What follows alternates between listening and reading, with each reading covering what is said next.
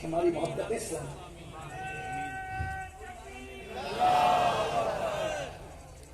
اگر ایک سیکنڈ بچا لو تو کام کا ہے. فحاشی دیکھو، غربت کی وبا میں امیر مبتلا نہیں. توجہ کرنا، فحاشی کتنی بڑی بری چیز ہے. غربت کی وبا میں امیر مبتلا نہیں، جہالت کی وبا میں علم والا مبتلا نہیں، لیکن فحاشی وہ بدترین تباہی ہے جس میں غریب بھی مبتلا، امیر بھی مبتلا، جاہل بھی مبتلا اور اہل علم بھی مبتلا. الا ماشاء اللہ، مگر اللہ جس کو بچا لے. فحاشی کیا ہے؟ فحاشی یہ ہے گندگی کو. فحاشی کیا ہے؟ گندگی کو، ناجائز چیزوں کو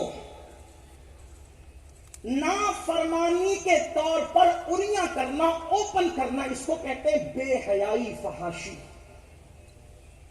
اور اللہ سب سے بڑھ کر غیرت والا ہے، اس لیے اس نے فحاشی اور بے حیائی کو حرام کر دیا.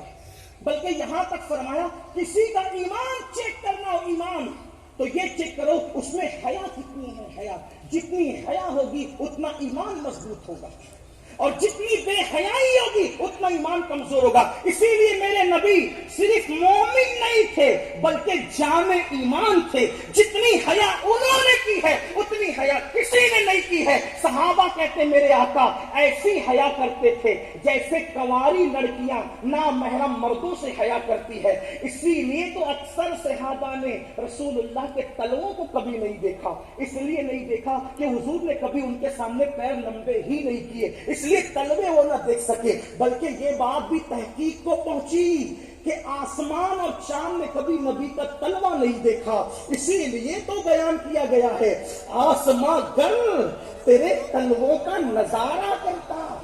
اگر کرتا نہیں کیا کبھی تو کہا آسمان گر تیرے تلووں کا نظارہ کرتا، روز ایک چاند تصدق میں اتارا کرتا. چھپ گیا چاند نہ آئی تیرے دیدار کی تار، سامنے گر کبھی ہوتا بھی تو سجدہ کرتا. ایسے باہیا رسول، اب جملہ ذرا غور کرنے، سن لے، یاد کرنے.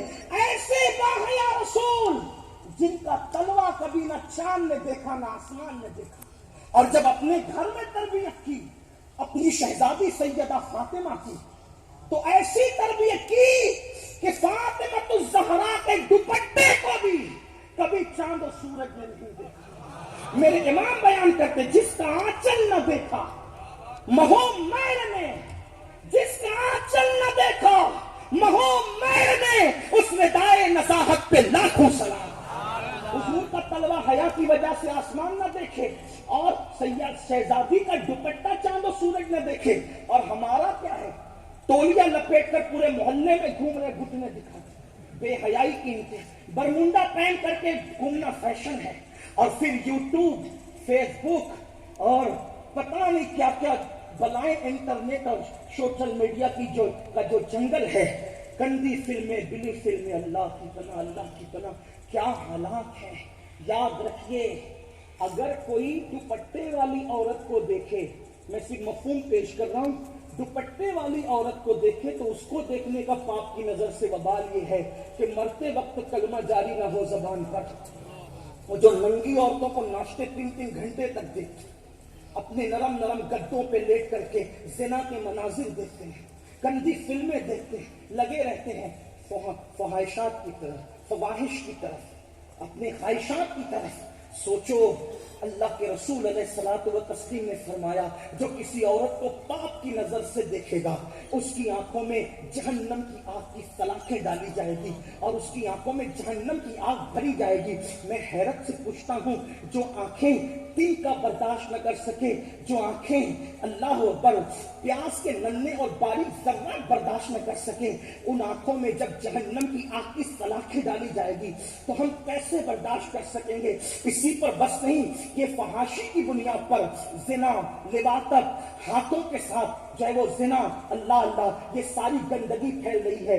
چھوٹے چھوٹے بچے انٹرنیٹ کی گندگی دیکھ کر وقت سے پہلے بالغ ہو رہے ہیں. آپ جانتے ہیں اگر مشت زنی کی، اللہ اللہ، ہینڈ پریکٹس کی جو وبا پھیل رہی ہے اور وہ موت کے قریب کر رہی ہے، انسان کو مریض کر رہی ہے، چلتا پھرتا مردہ بنا رہی ہے، اس کی وجہ یہی فواہش ہے، یہ فحاشی ہے. بلکہ اللہ اکبر، چھوٹے چھوٹے لڑکے شادیوں کے وقت آنے تک کے مرنے کے خودکشی کرنے کی تک بات کرتے ہیں.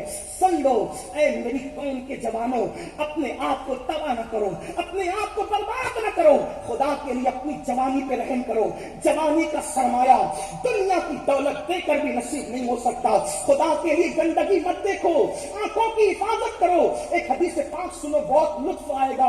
امام المتکلمین علامہ نقی علی خان اپنی کتاب میں لکھتے ہیں کہ میرے آقا علیہ السلام نے جنت نعیم کا ذکر کیا. صحابہ نے پوچھا یا رسول اللہ یہ جنت نعیم کس کو ملے گی؟ تو آقا فرماتے ہیں جو اپنی آنکھوں کی حفاظت کرے گا اللہ اس کو جنت نعیم میں بے حساب داخل فرما دے گا، بے حساب اس کو جنت نعیم میں داخلہ نصیب ہوگا. آنکھوں کی حفاظت کرو. قرآن کہتا ہے قل للمؤمنین یغضوا من ابصارہم، مومنوں سے کہہ دیا جائے وہ اپنی آنکھوں کی حفاظت کرے. لوگ کہتے ہیں رسول اللہ کی زیارت کا کوئی طریقہ بتایا جائے، کوئی وظیفہ بتایا جائے. میں کہتا ہوں کوئی وظیفہ نہیں، اپنی آنکھوں پہ کنٹرول کرنا سیکھ لو. مٹ جائے یہ خودی تو وہ جلوہ کہاں نہیں، جدھر